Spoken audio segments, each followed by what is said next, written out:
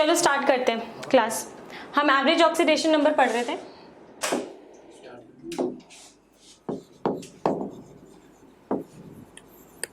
Average oxidation number, और हमने क्या देखा था कि जब भी कभी भी ऑक्सीडेशन नंबर का जो वैल्यू आएगा वो फ्रैक्शन में आएगा, उसका क्या मतलब है कि हमारे पास क्या है, मिक्सचर है। मतलब दो या दो से ज्यादा ऑक्सीडेशन नंबर वाले एलिमेंट्स एग्जिस्ट कर रहे हैं। ठीक है, ऑक्सीडेशन नंबर हमने एवरेज ऑक्सीडेशन नंबर में देखा था कि जब भी ऑक्सीडेशन नंबर फ्रैक्शन में होगा तो उसका क्या मतलब है, वहां पे मिक्सचर एग्जिस्ट कर रहा है। मिक्सचर किसका, दो या दो से ज्यादा कंपाउंड का, एलिमेंट का। ठीक है, दो या दो से ज्यादा एलिमेंट का उसमें क्या है, आपका ऑक्सीडेशन नंबर है। ठीक है, इसमें हमने देखा था, बहुत सारे एग्जांपल देखे थे।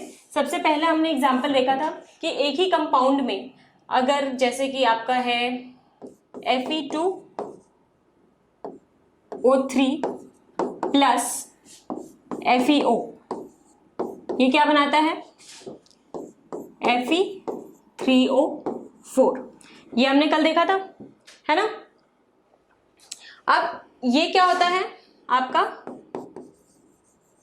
फेरिक ऑक्साइड, और ये होता है आपका फेरस ऑक्साइड। ठीक है, तो इसी का नाम हम इसको क्या बोलते हैं, इसका नाम हम बोलते हैं फेरी फेरो ऑक्साइड। ठीक है, एक फेरी है एक फेरो है, तो फेरी फेरो ऑक्साइड। ठीक है, और इसमें ऑक्सीडेशन नंबर क्या होगा, इसमें एक एटम है जो उसका ऑक्सीडेशन नंबर है +2, और दो एटम्स जो हैं आयरन के, उनका ऑक्सीडेशन नंबर है कितना, +3। तो अगर मैं परसेंटेज पूछूं, परसेंटेज ऑफ Fe+2, तो क्या हो जाएगा, एक एटम का है और टोटल कितने एटम्स हैं, 2 + 1 3, तो ये कितना हो जाएगा, तो 33.33। ठीक है, ये हमने देखा था एवरेज ऑक्सीडेशन नंबर का। ठीक है, ऐसे हमने देखा था किसका होता है, Pb,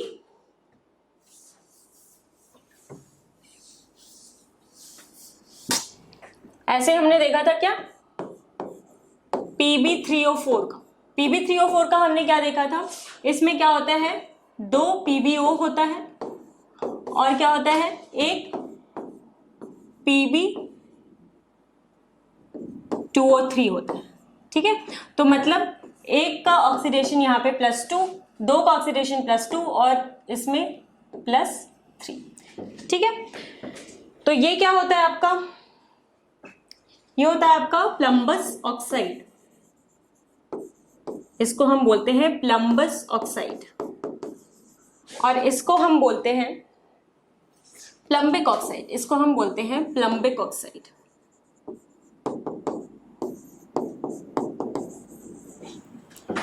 ठीक है,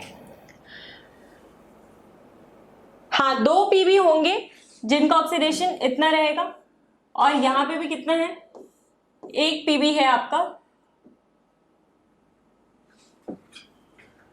सॉरी ये PbO2 है, सॉरी ये PbO2 है, PbO2 ही होगा। ठीक है, आगे बात समझ में, तो ये हो गया आपका एवरेज ऑक्सीडेशन नंबर। इतना क्लियर है सबको। अब हम बात करेंगे नॉन स्टोइशियोमेट्रिक कंपाउंड्स की। देखो स्टोइशियोमेट्रिक कंपाउंड्स क्या होते हैं, देखो कंपाउंड दो तरह के होते हैं, एक होता है स्टोइशियोमेट्रिक कंपाउंड और एक होता है non स्टोइशियोमेट्रिक compound, non स्टोइशियोमेट्रिक compound. Non स्टोइशियोमेट्रिक क्या होता है, देखो पहले स्टोइशियोमेट्री देखो, H2O हो गया आपका, कोई भी आप बोल दो, H2O हो गया आपका, हो गया PbO2 हो गया आपका, H2O2 हो गया। ठीक है, जितने सारे कंपाउंड्स हैं इसमें एक दूसरे का रेशियो क्या है, सिंपल रेशियो है। ठीक है, ये 2:1 है, ये 1:2 है, ये 2:2 है। ठीक है, तो ये रेशियो क्या है, सिंपल रेशियो। तो इनको हम क्या बोलते हैं, स्टोइशियोमेट्रिक कंपाउंड्स। अगर इनका जो रेशियो होता है आपस में सिंपल ना हो उसको हम बोलते हैं कि नॉन स्टोइशियोमेट्रिक कंपाउंड्स। ठीक है, नॉन स्टोइशियोमेट्रिक कंपाउंड जैसे कि आपका हो गया नॉन स्टोइशियोमेट्रिक Pb0.93O। ठीक है, Pb0.93O हो गया। फिर आपका हो गया Fe 0.95O।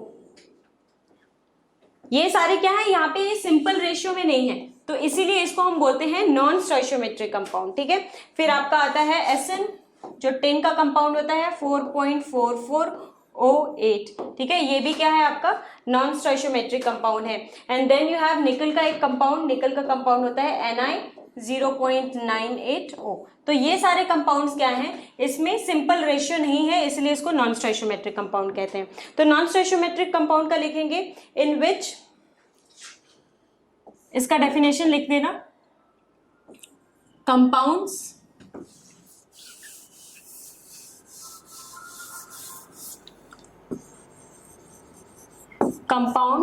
in which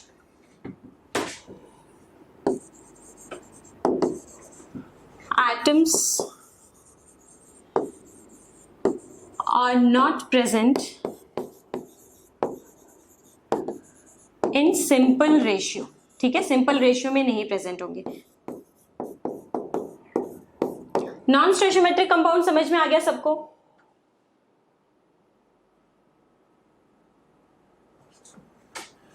ठीक है, लिख लिया सबने, आगे बढ़े।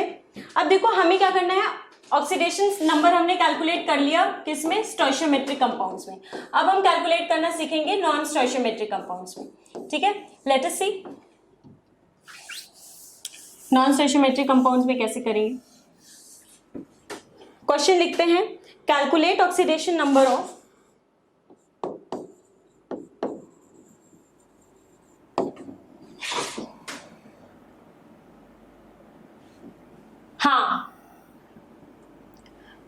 Calculate oxidation number of. हाँ, अभी इसमें इसका जो रीजन है ना, एक्चुअल रीजन की 0.98 एटम कैसा है, कैसे है, वो आप आगे जब सॉलिड स्टेट पढ़ोगे उसमें समझ में आएगा। ठीक है, अभी आप समझो कि दो तरह के कंपाउंड्स होते हैं, एक तो स्टोइशियोमेट्रिक कंपाउंड्स होते हैं और एक नॉन स्टोइशियोमेट्रिक कंपाउंड होते हैं।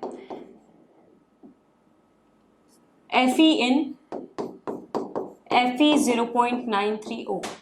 ठीक है, ये होता है, ये नेचुरली तो एग्जिस्ट नहीं करता है, लेकिन कभी कभी क्या होता है कि आपके ऑक्साइड में ना कुछ डिफेक्ट्स हो जाते हैं। जैसे कि मैं कैसे समझाऊं, क्योंकि ये आप आगे की क्लासेस में समझोगे, लेकिन फिर भी समझना है तो समझ लो। देख लो FeO है, ठीक है, अब इसमें एटम्स कैसे ऐसे ऐसे अरेंज होंगे। ठीक है, Fe के और O के ऐसे ऐसे एटम्स अरेंज हैं। अब क्या होता है ना, इनके बीच में अगर ये तो जो एटम्स हैं वो नॉर्मली अरेंज्ड हैं, तब तो ये आपका स्टोइशियोमेट्रिक कंपाउंड बनाएगा। लेकिन अगर इसमें से मान लो किसी एटम में डिफेक्ट हो जाता है, मान लो ये वाला एटम उड़ गया, ठीक है, अब एक एटम उड़ गया, अब इसके बीच में क्या आ गया, स्पेस आ गया, इस वजह से ये क्या बनाते हैं, नॉन स्टोइशियोमेट्रिक कंपाउंड्स बनाते हैं। ठीक है, समझ में आ गई बात। अब इसका आप डिटेल पढ़ोगे, चैप्टर आएगा सॉलिड स्टेट में, तो उसमें हम अच्छे से आपको एक्सप्लेन करेंगे। अभी के लिए इतना जान जाओ, कंपाउंड्स दो तरह के होते हैं, स्टोइशियोमेट्रिक कंपाउंड्स एंड नॉन स्टोइशियोमेट्रिक कंपाउंड्स। ठीक है, आगे बढ़े, चलो ये वाला क्वेश्चन करो।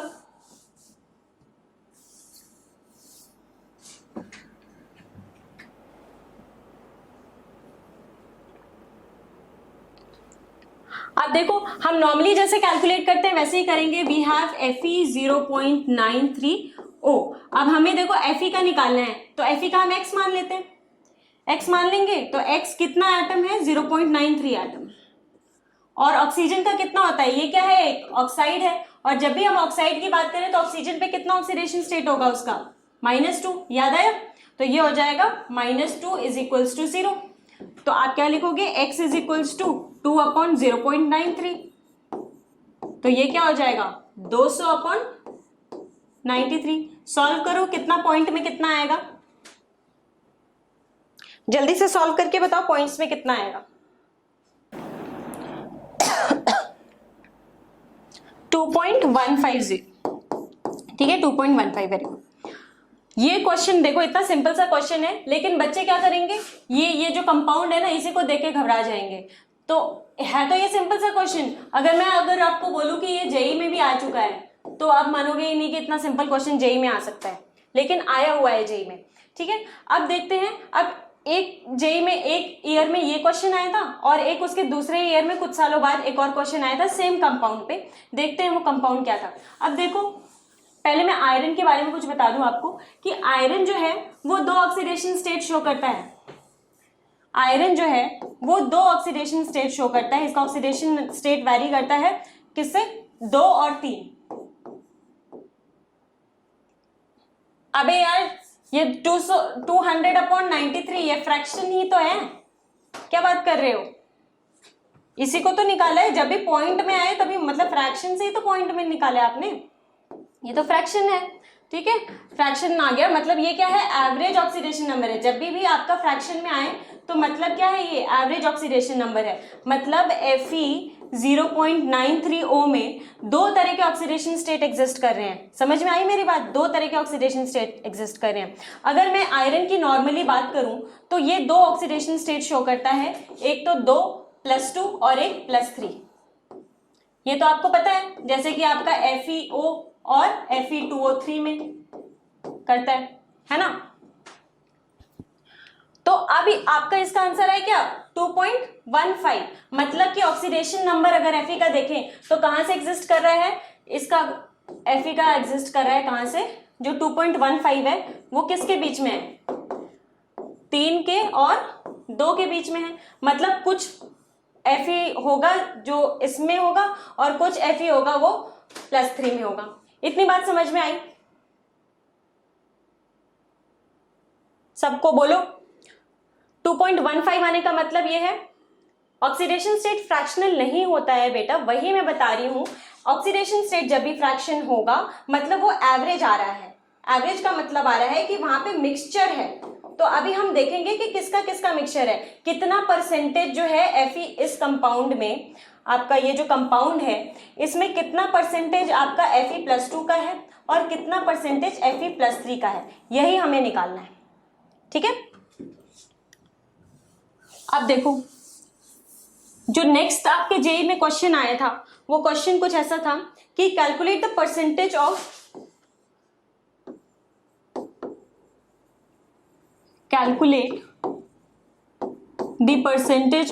Fe+2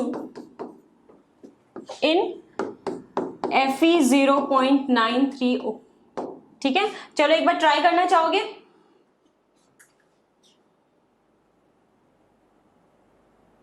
इसका मैंने आपको एक शॉर्टकट भी बताया था, वो मैं शॉर्टकट यहां पे डिस्कस करूंगी,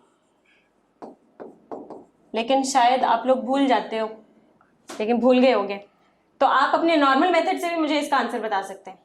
चलो मैं 1 मिनट दे रही हूं विदाउट वेस्टिंग एनी टाइम। चलो बताओ, हो सकता है कि नहीं हो सकता? Very good Kshitij, very good very good. Yashika, थोड़ा सा आपका मिस्टेक हो रहा है। ठीक है, चलो अब मैं मान लेती हूं कि देखो Fe 2 तरह से है इसमें, एक तो +2 है और एक क्या है? Fe+3 है ना? अगर मैं मान लूं कि ये X% है तो ये कितना हो जाएगा? 100 - X%। समझ में आ गई बात? तो ये कितना हो जाएगा आपका कि अगर X% +2 कितना परसेंट है? X% है, मतलब X/100, और +3 कितना परसेंट है? 100 - X/100। और ये किसके बराबर है जो एवरेज आ रहा है?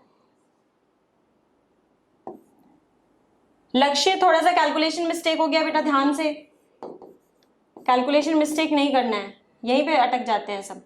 =, इसका एवरेज कितना आ रहा है बताओ? ये किसके बराबर आ रहा है बताओ जल्दी?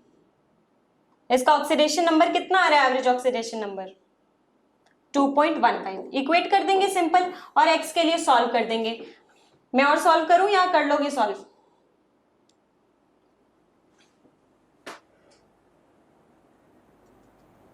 तो x आपका आ जाएगा 7900/93 और x की वैल्यू आ जाएगी 85%। ये आपने इतना कुछ सॉल्व किया तब जाके आपका ये आंसर आया। ठीक है, 85%। अब या तो आप ये लॉन्ग मेथड लगाओ, ये वाला मेथड, कि आप पूरा x कंसिडर करके और 100 माइनस एक्स कंसिडर करके। एक याद करो, मैंने क्या बताया था आपको, नंबर लाइन मेथड, याद आ रहा है?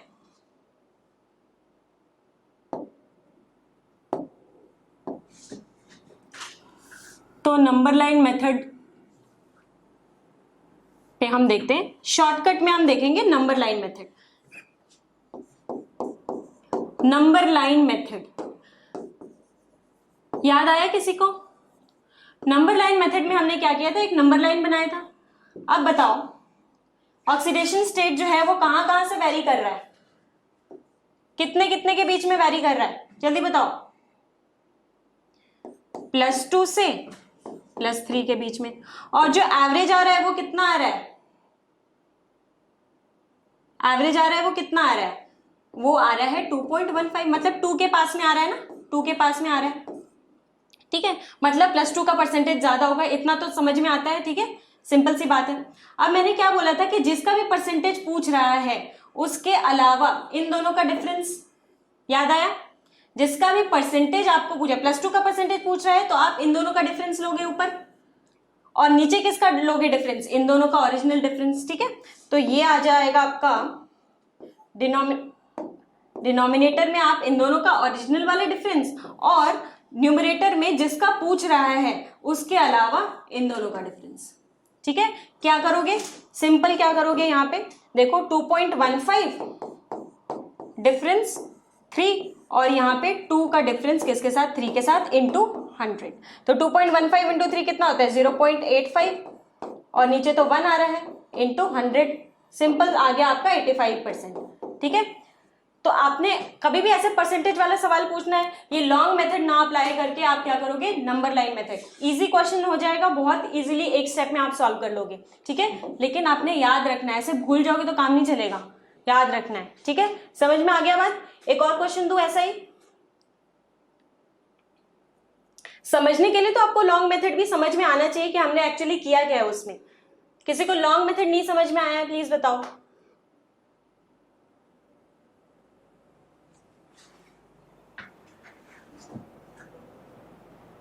लॉन्ग मेथड सबको समझ में आ गया, और शॉर्टकट सबको समझ में आ गया? लॉन्ग मेथड नहीं समझ में आया? अनुराग, क्या नहीं समझ में आया?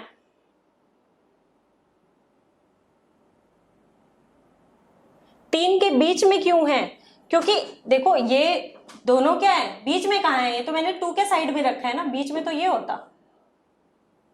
लॉन्ग मेथड नहीं समझ में आया, मैं बताती हूं। तो हमारे पास देखो Fe किस फॉर्म में है, एक तो +2 फॉर्म में है और एक Fe+3 फॉर्म में है इस कंपाउंड में। किस कंपाउंड में? Fe0.93O में, ठीक है।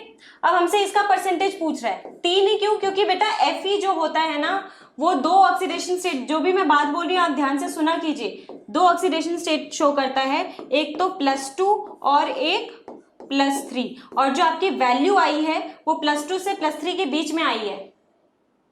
महक, आगे बात समझ में? जो आयरन है वो 2 ही ऑक्सीडेशन स्टेट शो करता है, तो ये सारी चीजें आपको याद रखनी पड़ेगी, बहुत सारी चीजें जो आपको याद रखनी पड़ेगी। मैं वही क्वेश्चन दोबारा से एक्सप्लेन कर रही हूँ लॉन्ग मेथड से। तो अगर मैं मान लेती हूँ कि इसका x% है, तो इसका कितना परसेंट हो जाएगा, 100 माइनस एक्स। किसी को इसमें कोई दिक्कत? ठीक है। अब हम एवरेज देखो, average atomic number, average molecular mass कैसे निकालते थे? ऐसे तो निकालते थे कि +2 का कितना परसेंट है, x% है, और +3 का कितना परसेंट है, 100 माइनस x% है, और वो किसके बराबर है, वो किसके बराबर है?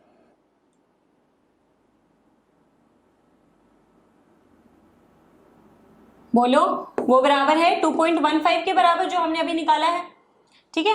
अब हम इसको सॉल्व कर देंगे, x ही तो हमें चाहिए, x सॉल्व नहीं कर लोगे क्या? यहां से x सॉल्व कर लोगे कि नहीं कर लोगे? बच्चा बच्चा कर लेगा 10th क्लास का, ठीक है। यहां से आप x सॉल्व करके देखना, आपका आंसर 85% ही आएगा। अगर ये 85% है तो सिंपली ये कितना हो जाएगा, ये 15% हो जाएगा।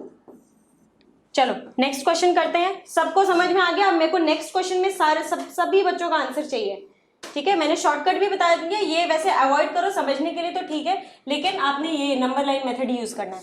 चलो, नॉन स्टोइशियोमेट्रिक कंपाउंड समझ में आ गया। मैंने बोला कुछ कुछ कंपाउंड्स होते हैं वो नॉन स्टोइशियोमेट्रिक होते हैं क्योंकि उनके बीच में डिफेक्ट आ जाता है। ठीक है, तो अभी मैंने टिन का एक कंपाउंड बताया था, कौन सा, SN4.4408। ठीक है, SN4.4408। अब इसमें आपको बताना है calculate oxidation number of SN। पहले तो कैलकुलेट करोगे आप ऑक्सीडेशन नंबर ऑफ SN। चलो, हाँ, ये सारे कंपाउंड्स नहीं बनाते हैं, कुछ जो आपके ट्रांजिशन एलिमेंट्स हैं या फिर कुछ हैवी जो होते हैं जो नीचे पाए जाते हैं, ठीक है, पीरियड में, वो बनाते हैं ये, उनमें डिफेक्ट होने के ज्यादा चांसेस होते हैं। वो आप डिटेल में पढ़ोगे, उसकी टेंशन मत लो, वो आप डिटेल में पढ़ोगे सॉलिड स्टेट चैप्टर में। चलो अभी इस क्वेश्चन का आंसर दो। ठीक है, 3.6, वेरी गुड। ठीक है, अब ये 3.6 क्या है, हाँ 400/111 आ रहा है, 3.6 आ रहा है। अब ये देखो कैसे किया, ये 4.44 का हमारा ऑक्सीडेशन नंबर X है और इसका कितना है, 2 होता है, तो 8 × -2 इज इक्वल्स टू 0।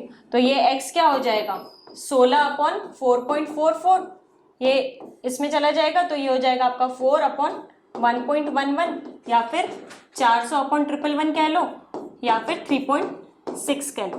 ठीक है, अब ये आया क्या, ये फ्रैक्शनल वैल्यू आई, तो फिर से लोचा है, फ्रैक्शनल वैल्यू तो होती नहीं है, मतलब ये क्या है आपका, ये क्या एक्चुअल ऑक्सीडेशन नंबर है, नहीं, ये क्या है, एवरेज ऑक्सीडेशन नंबर है। ठीक है, अब हम क्या करेंगे, अब हमें कैलकुलेट करना है। देखो, अब जैसे कि आयरन का मैंने क्या बताया था, आयरन किस किस ऑक्सीडेशन स्टेट में एग्जिस्ट करता है, +2 और +3 में। ठीक है, अब टिन बताओ, टिन कौन से ग्रुप में होता है, टिन कौन से ग्रुप में होता है, टिन होता है, ये कार्बन फैमिली का है, कार्बन फैमिली का, क्या, कार्बन, सिलिकॉन, जर्मेनियम, है ना, टिन और लेड। कैसे याद करोगे, काशी, काशी कहां पर है, बनारस को काशी कहते हैं ना, काशी गए संत प्रभु, ऐसे लिख लो, काशी गए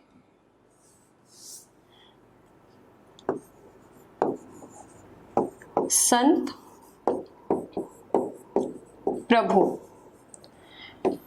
तो ये जो कार्बन है इसका जो ऑक्सीडेशन स्टेट कार्बन फैमिली का कैसे होगा, ये कौन से ग्रुप में होता है, 14th ग्रुप में। तो आपने क्या बोला था, कैसे होता है इसका, +4 में तो रहेगा ही, कैसे, 14 - 10, मैक्सिमम ऑक्सीडेशन स्टेट इसका कितना होगा,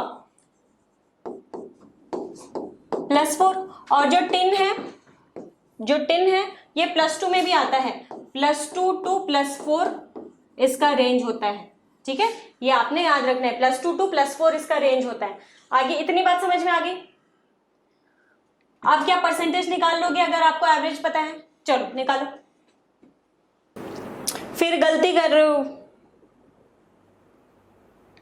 हाँ सही है, +2 का कितना है आपका 20%, +2 का 20%, फिर उल्टा मत करो, अरे यार सिंपल सी बात है, अगर ये 3.6 है तो +2 का परसेंटेज ज्यादा होगा या +4 का परसेंटेज ज्यादा होगा, थोड़ा तो कॉमन सेंस लगाओ यार। अगर ये 3.6 है तो किसका ज्यादा होगा, मुझे सिंपल सी बात बताओ, सिंपल सी आपकी डे टू डे लाइफ में, कोई मैथ्स नहीं है। 3.6 है तो फिर +4 ज्यादा होगा या +2 ज्यादा होगा, +4 ज्यादा होगा ना, 3.6 के ज्यादा पास कौन है, 4 है। नंबर लाइन मेथड उल्टा मत यूज किया करो, पाप पड़ेगा। चलो कैसे, फिर उल्टा बोल रहा है ये, लक्ष्य कहां से एग्जिस्ट करे, देखो नंबर लाइन मेथड देखो फिर से, कहां से कहां के बीच में वैरी कर रहा है, +2 से +4 के बीच में वैरी कर रहे हैं। जो आपकी वैल्यू आई है वो क्या आई है, 3.16 मतलब समवेयर हियर 3.16। अब मैंने आपको परसेंटेज किसका पूछा है, +2 का, तो आप क्या करोगे, जिसका पूछा है नीचे तो देखो ओरिजिनल रहेगा, नीचे क्या होगा 2 का डिफरेंस 4 के साथ, ठीक है, ओरिजिनल डिफरेंस नीचे, और ऊपर किसका डिफरेंस होगा, जिसका पूछा है उसके अलावा दोनों का डिफरेंस, ठीक है, उसके अलावा दोनों का डिफरेंस क्या हो जाएगा, 3.16 का डिफरेंस किससे, 4 से, तो कितना हो जाएगा, नीचे आ गया आपका 2 और ऊपर कितना आ गया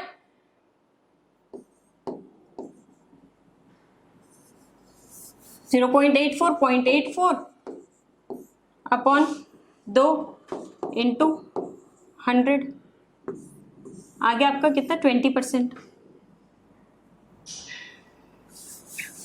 ये हो गया आपका 20%। तो अगर ये 20% है तो ये कितना, जाहिर सी बात है ये 80% हो जाएगा। सिर्फ आपसे, जरूरी नहीं है कि सिर्फ आपसे परसेंटेज ही पूछे,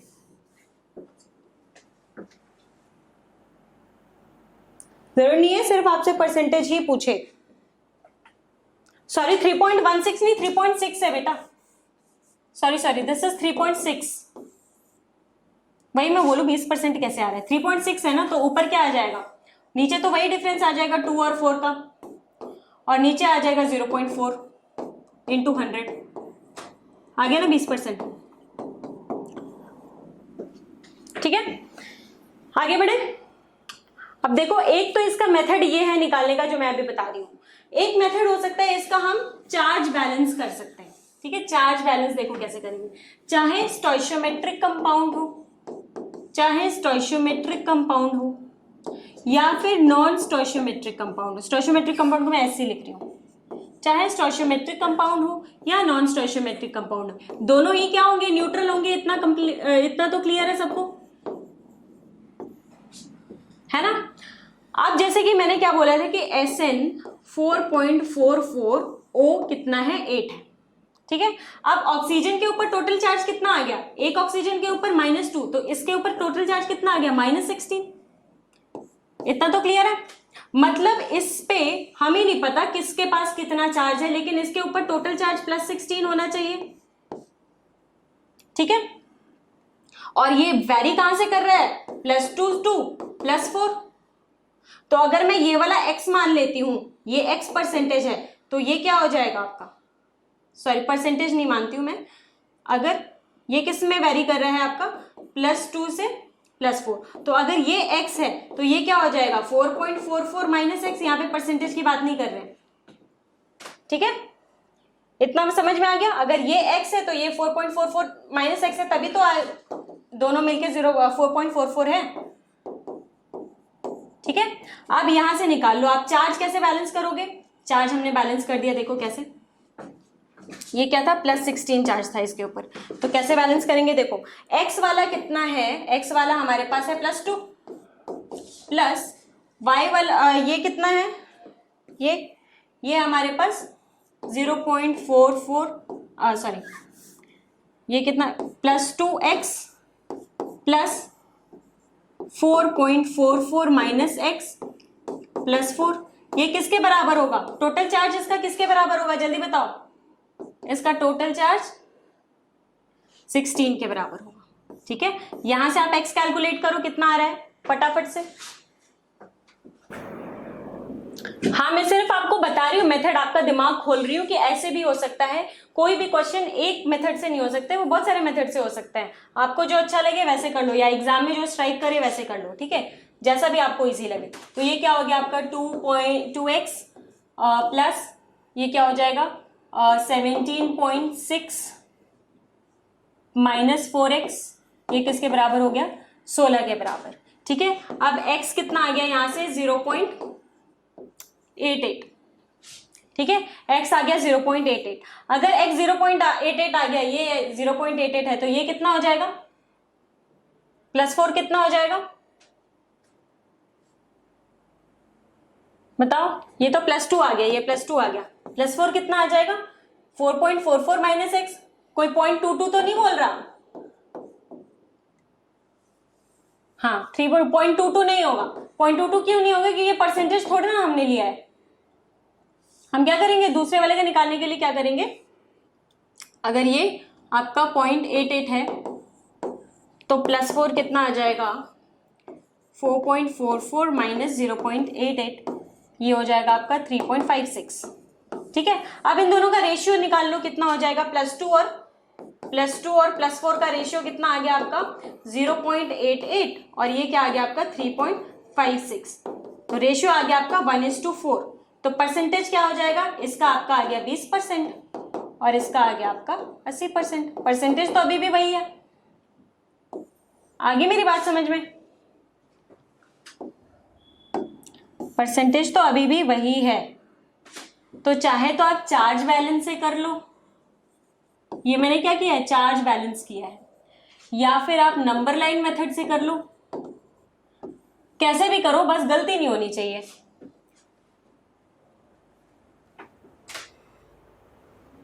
चलो ये नोट डाउन कर लो, आगे बढ़ते हैं फिर।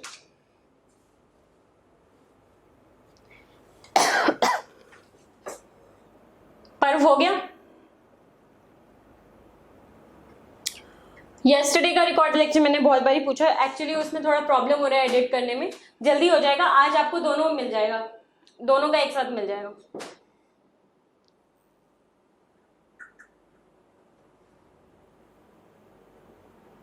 और क्वेश्चन करा रही, हो गया इतना पर्व, रब कर दूं? चलो आप देखो, नॉन स्टोइचियोमेट्रिक कंपाउंड्स पे क्वेश्चन आते हैं, ठीक है, और काफी अच्छे लेवल के। ये क्वेश्चन कोई इजी नहीं था, ये क्वेश्चन अच्छे लेवल का था, एडवांस लेवल का था, ठीक है, तो मतलब बहुत इंपॉर्टेंट होता है ये भी। अब एक क्वेश्चन लिखो, कैलकुलेट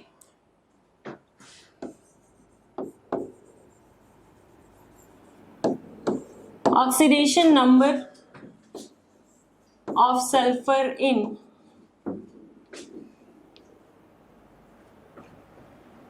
उस टाइम पे तो एडवांस ही होता था, ये पुराने टाइम की बात है, मतलब 2010 की बात है। उस टाइम पे तो सिर्फ आईआईटी का ही होता था paper. Calculate oxidation number of sulphur in Na2S2O3। Deepika सही जवाब। चलो अब देखें, अगर हम इसका नॉर्मल मेथड से देखें तो ये क्या हो जाएगा आपका +2 होगा इसका, तो हमेशा इसका हम 2x मान लेते हैं, और -6 = 0, है ना, ठीक है। तो ये क्या हो जाएगा आपका 2x = 4, x =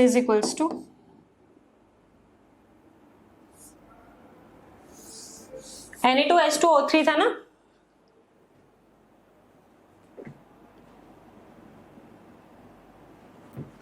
-2, ठीक है, -6, ठीक है। तो ये आपका आ गया इसमें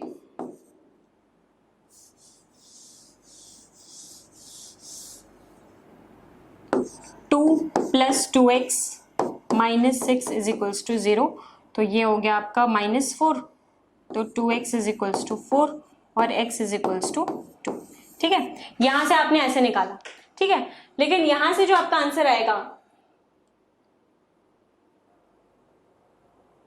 वो आ रहा है आपका गलत, ठीक है। यहां से आपका Na2S2O3 का निकालोगे तो वो गलत आंसर आ रहा है। क्यों? क्योंकि अगेन यहां पे सारे जो हैं वो हम स्ट्रक्चर से पता करेंगे, ठीक है। जब गलत आएगा तो हम स्ट्रक्चर से पता करेंगे। तो स्ट्रक्चर से देख लेते हैं कैसे आ रहा है। इसका स्ट्रक्चर बनाते हैं। अब मैंने क्या बोला था, जब भी हम स्ट्रक्चर बनाएंगे सबसे पहले क्या देखेंगे, सिमेट्री देखेंगे। तो जो बीच वाला जो हमारा मेन एलिमेंट है उसको तो बीच में ही रखते हैं। वो मैं बता रही हूं ना, गलत आ रहा है उसका।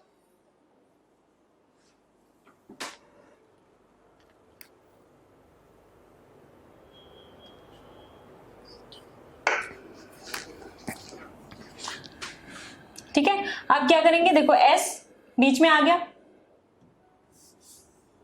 अभी तो जब तक आप पढ़ रहे हो तब तक मैं ही बताऊंगी कि गलत है कि नहीं है, ठीक है। सो वी हैव Na2S2O3, दोनों का +1 नहीं हो सकता है, हाँ, इसका हम स्ट्रक्चर से करेंगे।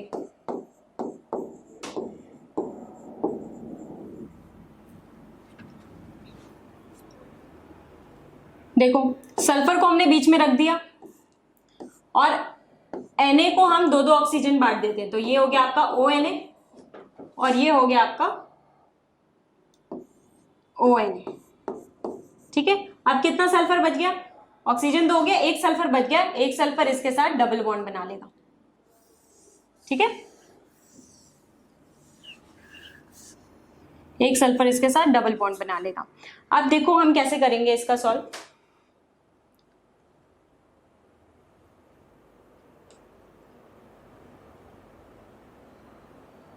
एक ऑक्सीजन भी बच गया ना, एक ऑक्सीजन यहां पे डबल बॉन्ड बना लेगा। ठीक है, हो गया Na2S2O3। अब ये वाला जो है आपका स्ट्रक्चर एंड बॉन्डिंग मेथड मैं बता रही हूं कि जब आपका वैसे गलत आए तो आप क्या यूज करते हो? Structure and bonding method. Structure and bonding method अभी क्लियर है? देखो, इसके ऊपर -2 चार्ज और इसके ऊपर +1 चार्ज, ओवरऑल चार्ज कितना हो गया? इसके ऊपर -1 है ना, इसके ऊपर भी क्या हो जाएगा? -2 और +1, ओवरऑल चार्ज कितना हो गया? -1। देखो अब इसमें क्या होता है, ऊपर वाला सल्फर कितना बॉन्ड बना रहा है? ये वाला सल्फर कितना बॉन्ड बना रहा है? 2 ही बॉन्ड बना रहा है, मतलब ये कितना इलेक्ट्रॉन शेयर कर रहा होगा? 2 इलेक्ट्रॉन शेयर कर रहा होगा, तो इसका हो जाएगा आपका -2। ठीक है, ये वाला का -2 हो जाएगा। अब ये देखो, ये यहां से 1 इलेक्ट्रॉन शेयर कर रहा होगा, ये यहां से 2 इलेक्ट्रॉन शेयर कर रहा होगा, और यहां से आपको क्या कर रहा होगा? 2 यहां से, 2 यहां से, 1 यहां से, 1 यहां से, टोटल कितना हो गया? इसका कितना हो गया? +6। मतलब इसमें दोनों सल्फर का अलग अलग ऑक्सीडेशन नंबर होता है। एक सल्फर का होता है आपका -2 और एक सल्फर का होता है +6।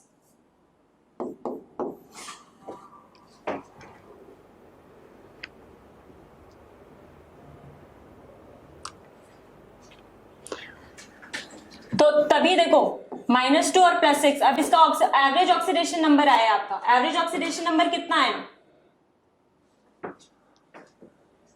हाँ, सल्फर सल्फर के साथ ही बना रहा है, लेकिन इलेक्ट्रॉन तो शेयर कर रहा होगा ना, इलेक्ट्रॉन शेयरिंग तो कर रहा है ऑक्टेट कंप्लीट करने के लिए अपना, ये भी और ये भी, दोनों ही सल्फर शेयरिंग कर रहे हैं। इसलिए आप देखो, इसका एवरेज आया था ना 6 - 2/2, कितना आया था आपका? 2। तो ये जो 2 आया था, ये क्या था? आपका एवरेज ऑक्सीडेशन नंबर था, क्योंकि दोनों सल्फर का अगर देखो क्या आ गया? 2 आ गया, तो ये आ गया आपका एवरेज ऑक्सीडेशन नंबर।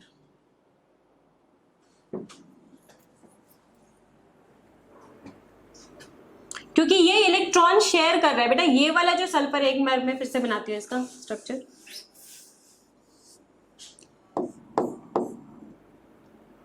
बीच में सल्फर आया, इसको ONA, इसको भी ONA, ये ऑक्सीजन और ये सल्फर। ठीक है, अब ये क्या है? इलेक्ट्रॉन दे रहा है, तो ये कितना हो गया इसका? -2, 2 इलेक्ट्रॉन दे रहा है, एक ये और एक ये। ठीक है, अब ये -2, ये इसको +2 दे देगा। ठीक है, ये इसके ऊपर ओवरऑल चार्ज कितना था? -1, तो ये इसको +1 दे देगा। इसके ऊपर ओवरऑल चार्ज था -1, ये इसको +1 दे देगा, और ये -2 तो था ही, ऑक्साइड है लिंकेज, तो ये +2 दे देगा।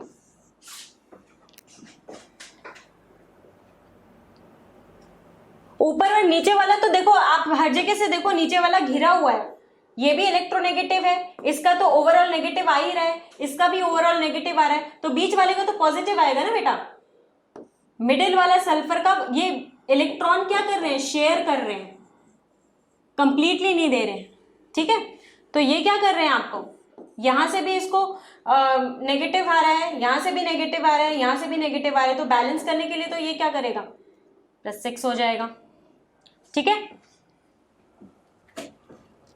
ये बॉन्डिंग मेथड होता है। अगर आपको फिर भी नहीं समझ में आ रहा है, आयोडीन, आयोडीन कहां से आ गया विश्व? एक और मेथड है, देखो मैंने क्या बोला, स्ट्रक्चर एंड बॉन्डिंग मेथड हम देख रहे हैं। तो आप सिंपली क्या करो ना, बॉन्ड कैलकुलेट करो। तो ये है आपका सल्फर, ये बना रहा है ONA, ये बना रहा है ONA। Structure and bonding method में हम बॉन्ड कैलकुलेट करते हैं। तो ये आ गया O और ये आ गया आपका। सल्फर ने कितना बॉन्ड बनाया, इस सल्फर ने 2 बॉन्ड बनाया, तो इसका हो जाएगा आपका -2। और इसने कितना बनाया, 1 2 3 4 5 6, कितना हो जाएगा +6। दोनों सल्फर की हाइब्रिडाइजेशन अलग अलग है दीपिका। हाइब्रिडाइजेशन पे मैं नहीं बात कर रही हूँ, हाइब्रिडाइजेशन पे मैं बात बाद में करूंगी, इसीलिए मैंने हाइब्रिडाइजेशन का नाम ही नहीं लिया। एक्चुअल रीजन तो हाइब्रिडाइजेशन का है कि दोनों सल्फर का अलग अलग हाइब्रिडाइजेशन है, तो दोनों सल्फर का अलग अलग इलेक्ट्रोनेगेटिविटी है यहाँ पे, ठीक है। वो क्योंकि यहाँ अभी 11th क्लास के बच्चे, उनको समझ में नहीं आएगा, जब हम केमिकल बॉन्डिंग पढ़ेंगे उसमें आपको अच्छे से ये समझाऊंगी मैं कि क्या होता है, ठीक है। तो स्ट्रक्चर एंड बॉन्डिंग मेथड में ये होता है। इतनी बात समझ में आ गई। तो देखो मेरे कहने का क्या मतलब है कि मैंने क्या बोला था, देखो मैं समझाती हूं आपको ये फिर से, कि जो आयनिक कंपाउंड्स होते हैं उनके ऊपर जो चार्ज होता है वो क्या होता है, मैंने एक वर्ड बोला था, रियल चार्ज होता है। रियल चार्ज याद आया, फर्स्ट लेक्चर में मैंने बोला था कि आयनिक compound, for example we have NaCl, तो वो क्या, अगर Na के ऊपर +1 है और Cl के ऊपर -1 है, तो Na क्या कर रहा है, एक इलेक्ट्रॉन क्या कर रहा होगा, दे रहा होगा, और Cl क्या कर रहा होगा, एक इलेक्ट्रॉन एक्सेप्ट कर रहा होगा, and that is called the real charge. बात समझ में आई। लेकिन मैंने क्या बोला था कि जो कोवेलेंट कंपाउंड्स होते हैं, कोवेलेंट कंपाउंड में जो चार्ज होता है वो क्या होता है, हाइपोथेटिकल, ठीक है, हाइपोथेटिकल होता है। And why it is hypothetical, because यहाँ पे ट्रांसफर नहीं हो रहा है, यहाँ पे शेयरिंग हो रही है, इलेक्ट्रॉन्स की शेयरिंग हो रही है, ठीक है, चार्ज की शेयरिंग हो रही है। तो अगर बोलूं, देखो हाइपोथेटिकल चार्ज, अगर A है और B है, ठीक है, और ये ट्रिपल बॉन्ड बना रहे हैं, मतलब ये क्या कर रहा होगा, अगर मैं बोलूं कि A is more electronegative, A क्या है, मोर इलेक्ट्रोनेगेटिव। मोर इलेक्ट्रोनेगेटिव का क्या मतलब है कि A क्या कर रहा होगा, A की टेंडेंसी होगी इलेक्ट्रॉन्स को एक्सेप्ट करने की, है ना। तो अगर A मोर इलेक्ट्रोनेगेटिव है तो A क्या कर रहा होगा, 3 इलेक्ट्रॉन यहां पे शेयर कर रहा होगा इससे, ठीक है, और ये क्या कर रहा होगा, B 3 इलेक्ट्रॉन शेयर कर रहा होगा। ज्यादा शेयर दे कौन रहा होगा, ज्यादा ये दे रहा होगा, ठीक है, सॉरी, ले कौन रहा होगा ज्यादा, B ले रहा होगा, ठीक है। तो B के ऊपर कितना आ जाएगा, +3 चार्ज आ जाएगा, और इसके ऊपर कितना, -3 चार्ज आ जाएगा, ठीक है।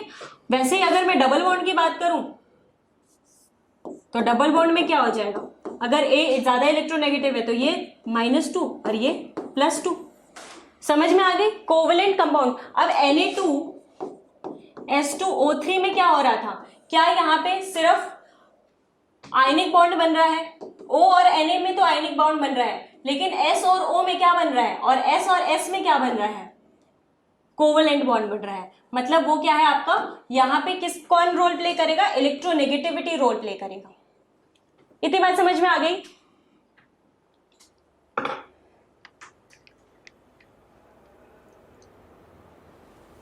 ठीक है, अब हम देखते हैं Na2S4O6, ये भी IIT में एक क्वेश्चन पूछा हुआ है। देखो जो नीट वाले बच्चे हैं वो इतना ध्यान रखें कि जो IIT में क्वेश्चन पुराने क्वेश्चन है, मतलब मैं बोलूं कि 2014 से पहले वाले क्वेश्चंस हैं, अगर वो IIT में पूछा जा चुका है तो बहुत सारी पॉसिबिलिटी हो जाती है कि वो नीट में भी पूछा जाए और जेईई मेन में भी पूछा जाए। ठीक है, तो आपको ऐसा नहीं लगेगा कि मैं IIT का क्वेश्चन अगर करा रही हूं तो वो आपके लिए काम का नहीं है, आपके लिए भी बहुत काम का है और मेंस वालों के लिए भी बहुत काम का है इक्वली। ठीक है, तो चाहे क्वेश्चन IIT में पूछा जाए, इसका मतलब प्रोबेबिलिटी उसकी बढ़ गई है पूछे जाने की। चलो क्वेश्चन लिखो, Na2S4O6, ये मैंने जो आपको डीपीपी दी है ना उसमें भी है ये क्वेश्चन।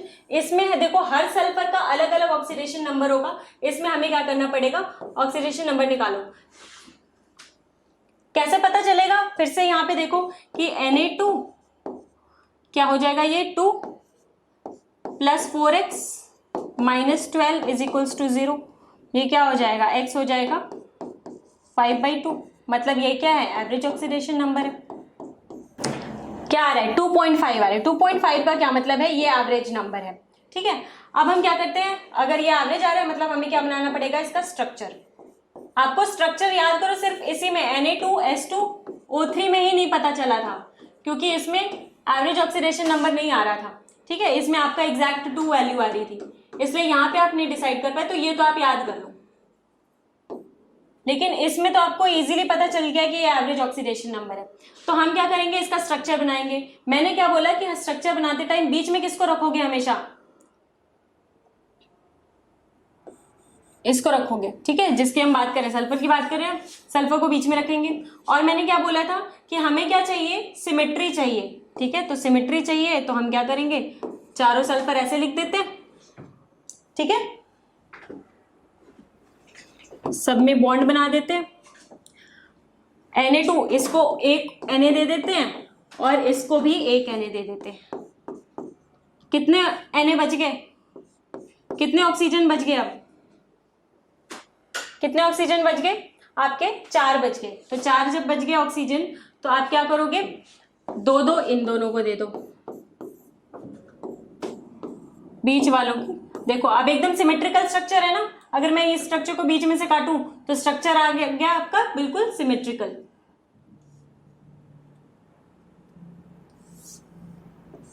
ठीक है, अब देखो, अब मैंने क्या बोला कि जब भी स्ट्रक्चरल सिमेट्री होगी, स्ट्रक्चरल सिमेट्री होगी मतलब ये सल्फर के इधर भी सल्फर है, इधर भी सल्फर है, इधर भी सल्फर है, इधर भी सल्फर है, ये भी सल्फर का। और देखो 2 तरह के सल्फर है, एक तो ये वाला सल्फर है और एक ये वाला सल्फर है। तो ये दोनों सल्फर एक जैसे हैं और ये दोनों सल्फर एक जैसे हैं। तो यहाँ पे इन दोनों की क्या है, स्ट्रक्चरल सिमेट्री है। मतलब इसके यहाँ पर भी एक सल्फर है, यहाँ पे भी एक सल्फर है। इस सल्फर की बात करें तो यहाँ पे भी एक सल्फर है, यहाँ पे भी एक सल्फर है। तो जब ऐसा होता है मतलब स्ट्रक्चरल सिमेट्री होती है, तब क्या होगा, इसके बीच वाले का ऑक्सीडेशन नंबर क्या हो जाएगा, 0-0 हो जाएगा। क्योंकि आपने देखा था कार्बन सब ऑक्साइड में क्या किया था आपने, ये था 3 कार्बन एक साथ जुड़े हुए थे और इसको डबल बॉन्ड हो, याद आया कल करा था हमने। तो बीच वाले का क्या हो गया था, 0 हो गया था, और इसका क्या हो गया था, -2 था, तो इसका यहाँ पे भी +2, यहाँ पे भी +2। मतलब इसके पास क्या थी, सिमेट्री थी, इसलिए इसका 0 हो गया। वैसे ही यहाँ पे भी इन दोनों के पास क्या है, सिमेट्री, इसलिए इन दोनों का 0 हो गया। ठीक है, अब इन दोनों का बॉन्ड कैलकुलेट कर लो, या फिर ऐसे देख लो, 1 bond, 2 bond, 3 bond, 4 bond, 5 bond, 6 bond, कितना हो जाएगा, +6। ठीक है, इसका भी कर लो, 1 bond, 2 bond, 3 bond, 4 bond, 5 bond, 6 bond, इसका एक प्लस। ठीक है, सॉरी ये वाला बॉन्ड नहीं कैलकुलेट करो, इसका तो 0 है ना कंट्रीब्यूशन, सॉरी +6 नहीं +5 होगा। ये वाला तो 0 है, इसको नहीं कैलकुलेट करेंगे। तो ये क्या हो गया, 1 बॉन्ड, 2 बॉन्ड, 3 बॉन्ड, 4 बॉन्ड और 5 बॉन्ड, +5। ठीक है, और ये क्या बनाएगा, इसका तो 0 कंट्रीब्यूशन है, इसका भी 1 bond, 2 bond, 3 bond, 4 bond, 5 bond, +5। तो क्या हो गया, 5 0 0 5। जो दोनों टर्मिनल वाले थे, मतलब टर्मिनल का क्या मतलब है, जो किनारे किनारे वाले थे उनका +5 और जो बीच वाला था उसका 0। अब इन सब का एवरेज ले लो तो क्या आ जाएगा, 5 + 0 + 0 + 5 अपॉन 4, कितना आ गया, 2.5 आ गया ना एवरेज ऑक्सीडेशन नंबर। समझ में आ गया। इन सब चीजों के लिए आपको किसकी जरूरत पड़ेगी, प्रैक्टिस की। ये मत सोचो कि अभी वो है पता नहीं क्या पढ़ाने लगे हैं, आप तो बहुत टफ हो गया है, कुछ टफ नहीं हुआ है। आप जैसे जैसे जितना प्रैक्टिस करोगे, मेहनत करोगे, तभी इंटरेस्ट डेवलप होगा। हाँ, हाइब्रिडाइजेशन की मैं अभी बात नहीं कर रही हूँ, हाइब्रिडाइजेशन की मैं बात करूंगी। हाइब्रिडाइजेशन से भी हम देख सकते हैं, हाइब्रिड मतलब एक्चुअल जो रीजन है इनका अलग अलग होने का, वो हाइब्रिडाइजेशन ही है एक्चुअल रीजन, बट मैं उसकी बात नहीं कर रही हूँ अभी। ठीक है, वो हम केमिकल बॉन्डिंग में अच्छे से समझेंगे। जो एक्चुअल रीजन है वो हाइब्रिडाइजेशन और इलेक्ट्रोनेगेटिविटी है इन लोगों की। ठीक है, नाउ वी हैव, हाँ मैं भेज दूंगी आंसर, मैंने 8 बजे का टाइम दिया है ना। बच्चे जो डीपीपी नहीं सॉल्व कर ले उनके लिए मैं अल्टीमेटम दे रही हूँ, डीपीपी सॉल्व करो, बहुत जरूरी है, नहीं तो फिर इंटरेस्ट डेवलप नहीं होगा आगे के चैप्टर में, फिर बोलोगे कुछ समझ में नहीं आ रहा। मैं 8 बजे के बाद भेजूंगी, लेकिन अगर मेरे को ज्यादा से ज्यादा बच्चे भेजेंगे, अभी तो मेरे को बस 5-6 बच्चों ने भेजा है।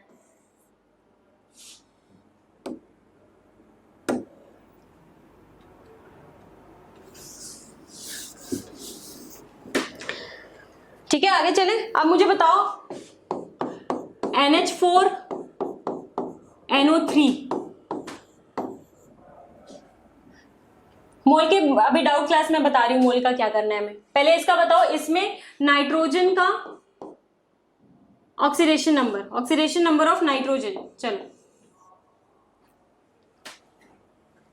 Nikhil Jindal very curious, hybridization इसीलिए मैं बोल नहीं रही थी, मुझे पता है तुम लोग उछलने लगोगे। हाइब्रिडाइजेशन में बताऊंगी क्या होता है, केमिकल बॉन्डिंग, उसको पढ़ने के लिए थोड़ा आपको बेसिक अच्छे से समझाना पड़ेगा, उसके बाद आएंगे हम हाइब्रिडाइजेशन पे। इसका क्या आ रहा है आपका?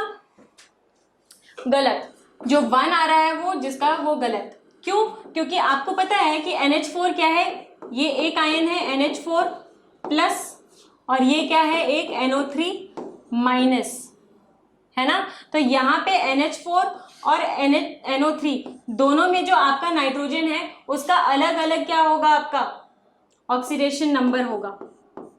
अब बताओ कितना होगा? NH4 में तो कितना हो जाएगा, NO3 में कितना हो जाएगा, देखो x minus 6 is equals to -1, तो x हो गया आपका कितना, +5,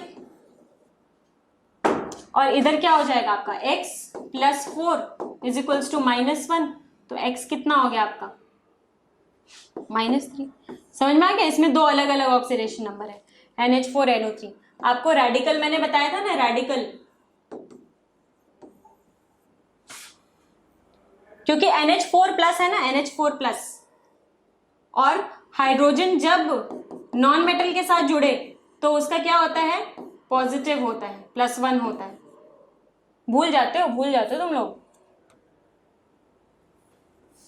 ठीक है, दूसरा क्वेश्चन पूछो। NH4NO2, चलो NH4NO2 का बताओ नाइट्रोजन का ऑक्सीडेशन नंबर। NO3 का स्ट्रक्चर ऐसे होता है ना, वही मैं बता रही हूँ आपको, हाइब्रिडाइजेशन में ही करेंगे वो तीनों जो ऑक्सीजन होते हैं वो हाइब्रिडाइज्ड रहते हैं उसके। हाँ ठीक है, वेरी गुड। इसका तो आपने देख लिया कि NH4 प्लस का क्या हो जाएगा आपका, ये हो जाएगा x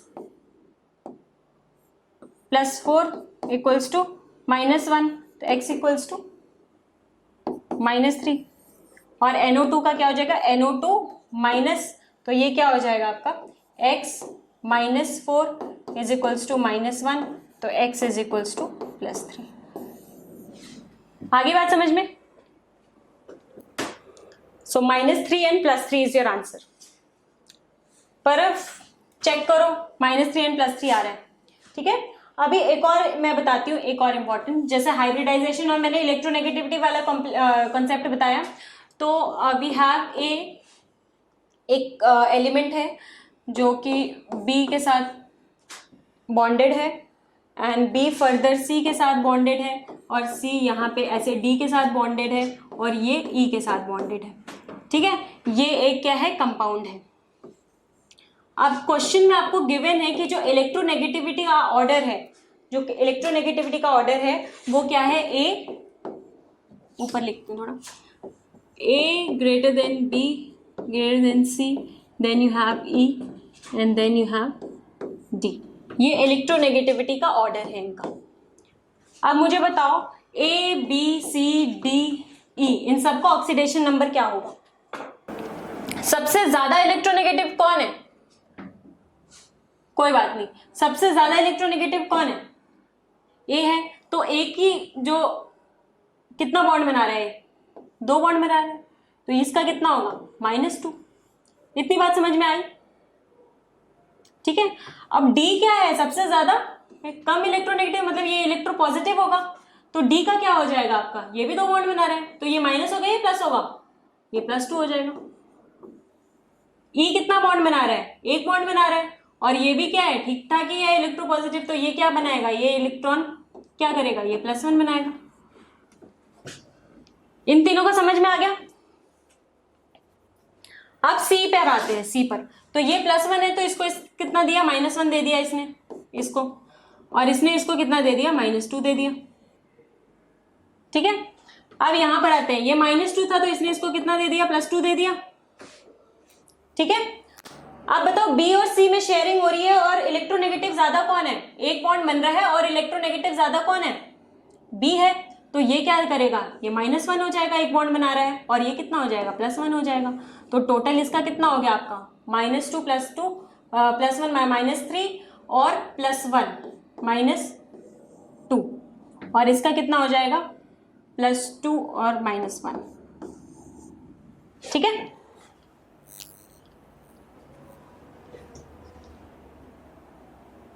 आगे बात समझ में? इलेक्ट्रोनेगेटिविटी पे क्वेश्चन आएगा, अच्छा क्वेश्चन था, वेरी गुड क्वेश्चन। ऐसे कर लोगे क्वेश्चन, इलेक्ट्रोनेगेटिविटी का ऑर्डर दे देगा तो समझ में आ जाएगा कौन सा नेगेटिव जाएगा, कौन सा पॉजिटिव जाएगा, और उसके बाद आप क्या करोगे, बॉन्डिंग देखोगे, बॉन्ड कैलकुलेट करके। ठीक है, हो जाएगा ऐसा क्वेश्चन। बी का टोटल +1 होगा, +1।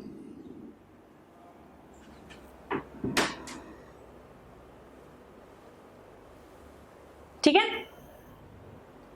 हाँ पॉजिटिव हो गया, इसका 0 हो जाएगा। सॉरी, हमने क्या किया,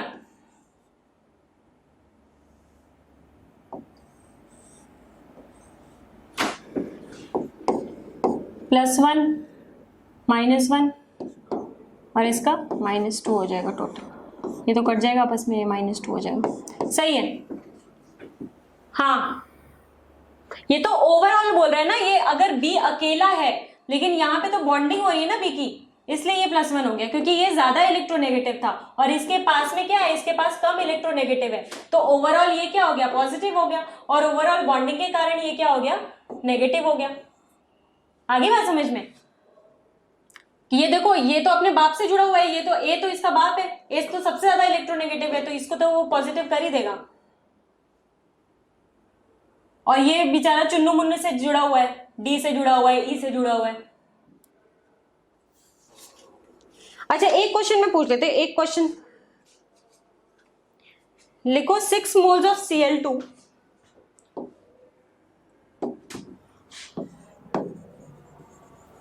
क्वेश्चन है, 6 मोल्स ऑफ Cl2 ही था ना, हाँ, 6 mole of Cl2 gains 6 mole of Cl2 gains 10 mole of electron.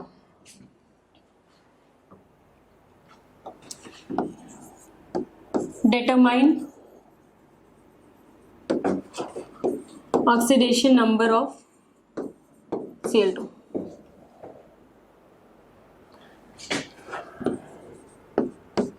In the final product.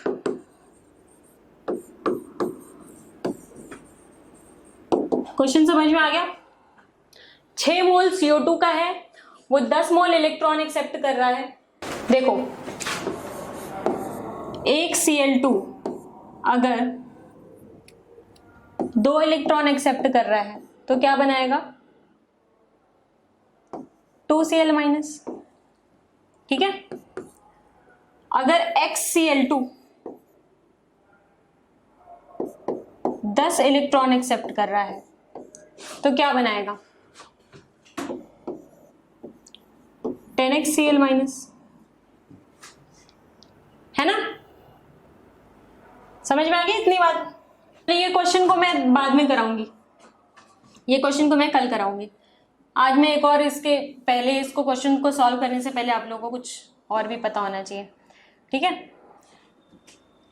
Yashika सही जवाब x इक्वल्स टू 5 होगा, x इक्वल्स टू 5 होगा।